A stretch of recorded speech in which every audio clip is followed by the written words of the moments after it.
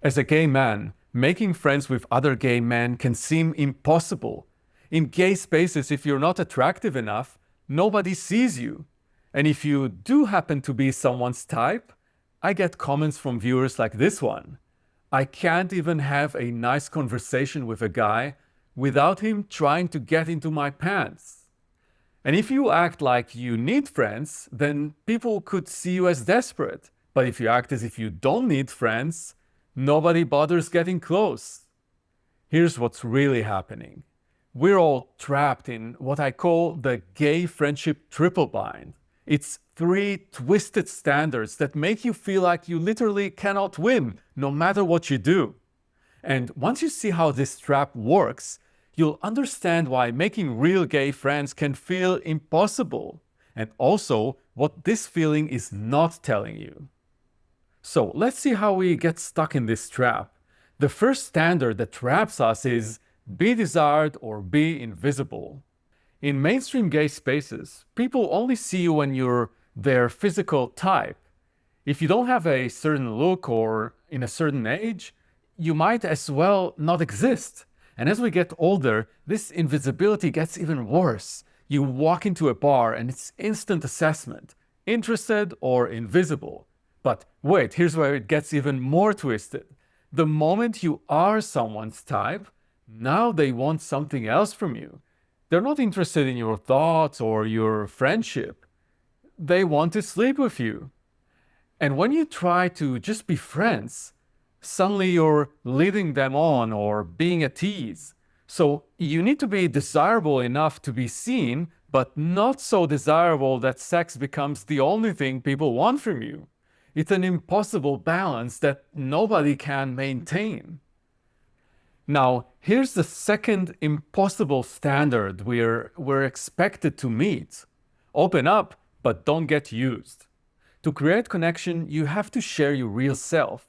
Real friendship needs you to drop the mask, share what you're actually going through, let people see who you really are. But in those same spaces, vulnerability becomes risky. Open up about the struggle and it might become tomorrow's gossip. Show any emotional depth, and people either back away, they can't handle the messiness, or worse, see an opening to get what they want from you. So, you're supposed to be authentic enough to connect, but authenticity risks people hurting you. You can't build friendships without being real, but being real makes you a target. That's the second impossible standard. Are you as tired of these games as I am? If you're looking for men who understand these dynamics and are trying something different, I created our online community, True Gay Connections. The link is in the video description. You're invited to join us. Now, here's the third impossible standard. Need nothing to be wanted.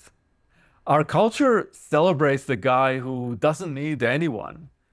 Needing connection makes you weak, a burden, desperate. I hear it from gay men I work with. They can't admit they need friends because they'll be seen as desperate. So they say they're good alone, they don't need anyone. But think about it. Friendship is two people who need each other. If you need nothing, what's the basis for connection? If you say, I don't really need friends, why would anyone try to get close? So now we see how these three standards trap us. Try to solve one problem and you violate another standard. You must be desirable enough to be visible, but not so desirable that people only want sex. You must be vulnerable to connect, but vulnerability invites rejection or exploitation. You must need nothing to be wanted, but needing nothing prevents connection. Every solution creates another problem. It feels like a game you can never win, a trap designed to keep you spinning forever. No wonder we are exhausted. But here's what took me years to figure out. This triple bind, it only exists in certain spaces. Those impossible standards come from places like gay bars where everything's about who's hot, or from dating apps that turn us all into products. From circuit parties where connection means a different thing entirely. Even from some community events. And we've bought into these rules so deeply that we enforce them on each other without realizing it. We've been looking for friends in spaces that were never designed for friendship. And then we come to the conclusion that all gay men are shallow, or gay men only want sex, or you can't trust other gay men. But hang on, really think about it. Do you only care about looks when choosing friends? Are you looking to exploit people's vulnerabilities? Do you believe people should pretend they don't have needs? If you said no to any of these, you're not the only one. The truth is, there are so many of us who don't buy into these twisted standards. We see beyond someone's appearance. We hold space for vulnerability without exploiting it. We understand that needing connection is human, not weakness. We're out there. We exist. We're just not the loudest voices in the room. We're not the ones dominating the apps or the bar scene. Instead, we're in different spaces where different rules apply. Spaces where connection happens around shared interests first, orientation second.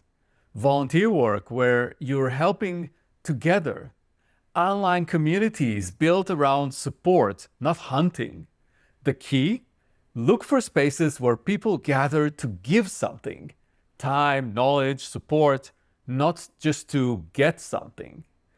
This impossible triple bind that makes friendships feel hopeless, it's real, but only in those specific spaces.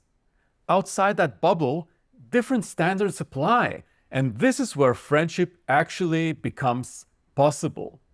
I know, because you keep writing to me about it. Your comments and your replies to my newsletter prove we're not alone in wanting something different, something real. Are you still looking for real gay friends, or have you given up? Let me know in the comments, and be honest, I really want to know. Love you all.